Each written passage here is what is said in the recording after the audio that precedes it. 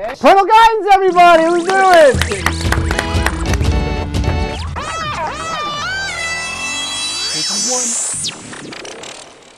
Yeah. So, well done. Parental guidance. All right. Where's Philip Nelson? Hey guys, you got me? What are you wearing? What are you wearing on your head? I'm wearing a baseball hat. Sorry, I'm a bum tonight. I apologize. Have you never seen a baseball cap before, Mark? You know what? I looked at it because the monitor's far away and I can't really see what he's wearing. I don't know what it says on. What does it say on it? It's an all-star basketball hat. You know what? He is still living off that all-star visit. Oh, he geez, comes look to at LA. He does the all-star thing. He thinks he's hot ass. He's not. That's true. I'm not. Far from it. So where are you? Are you in Texas? Believe it or not, I'm back in Texas tonight. I was in Louisiana for some sad news this week. My grandfather passed away, so shout out to Pop Pop. Yes, that's what we call it. Shout out to Pop Pop. And, thank you.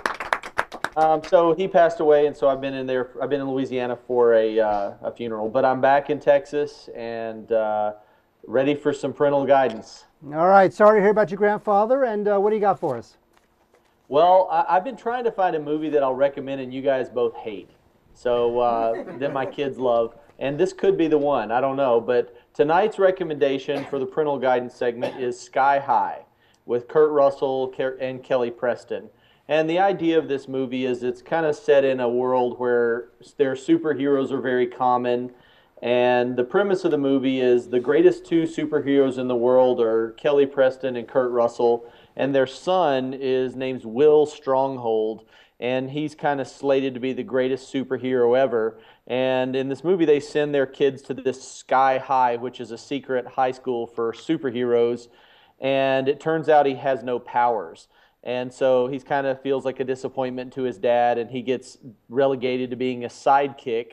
And it's just it's a funny movie. You know, it's funny. The reason I picked this movie this week is driving back from Louisiana, my kids like to watch movies in the car. And they were watching Sky High, and I've seen it with them a few times, but my wife had never seen it.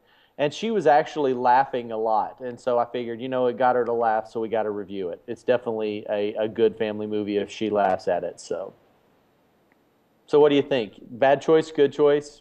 Well, hang on for a second. I have something to say about this. I have something to say about this. Mark just ran. You look winded. Mark literally was over my shoulder. Well, no, I thought he was going to give the meter. I thought the whole meter thing with the 5 and the 4. Over my shoulder, curious to what the YouTube page looks like. Which looks great, by the way. Thank you, YouTube. And we got YouTube going. So he's looking over my shoulder, and then suddenly Philip goes, "What do you think?" And there's like a 40-yard dash back to the chair. No. We got to see his cat-like agility. I thought you were going to do the whole the 5 and the 4. You know what? 3 and the 4. I'll take this. I'm Sky not. High. No. You know what? No, Okay. because I did something very special for this parental guidance. That's why I ran back to my seat. That and I wasn't paying attention. What I'm saying is that here's what I think of Sky High. Would you like to know what I think of Sky High, Wade? Carry on. On December 18, 2009, I wrote a print review for the magazine I write for of Sky High. So here is what I think of Sky High because I wrote this. You ready? Mm-hmm. Sky High's level of satire and overall cleverness is low. As it turns out, however, the movie's primary superpower is not humor, but charm and likability. Great powers it wields with great responsibility. Sky High is not quite what it could have been, but its positive attributes managed to overcome the villainous forces of boredom and lameness. Turns out, I kind of liked it. What do you think of that? I like your review. So I'll segue from that into my rankings because as we do here on Parental Guidance, we try to give parents, you know, the various rankings in different areas for the movie and let them make the choice whether it's something they want to watch with their children.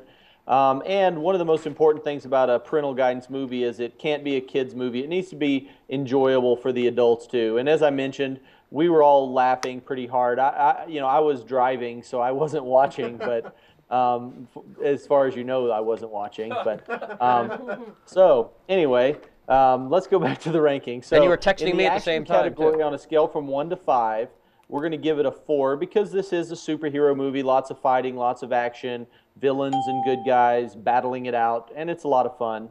In the romance category, it's funny. I gave it a 3 on a scale from 1 to 5. And tonight when I was going over the rankings with my son, he wanted to proof them for me. And he was like, "Dad, I would give it much higher than 3 because this movie was pretty much all about kissing." So, but I'm sticking with the 3, even though Noel thinks it should be definitely a 4 because there was way too much kissing in this movie.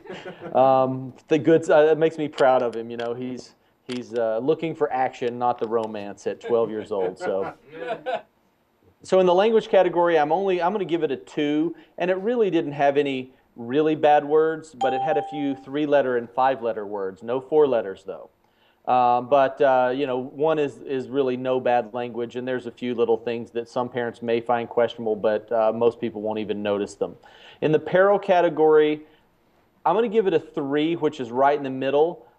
There is a lot of, you know, times where the sky high is this rock school floating in the sky, and it's crashing to the earth. So I could have given it a little higher peril rating, but everything is kind of done in a little bit of a humorous way, so it's not terrifying to the kids, and it's more just fun.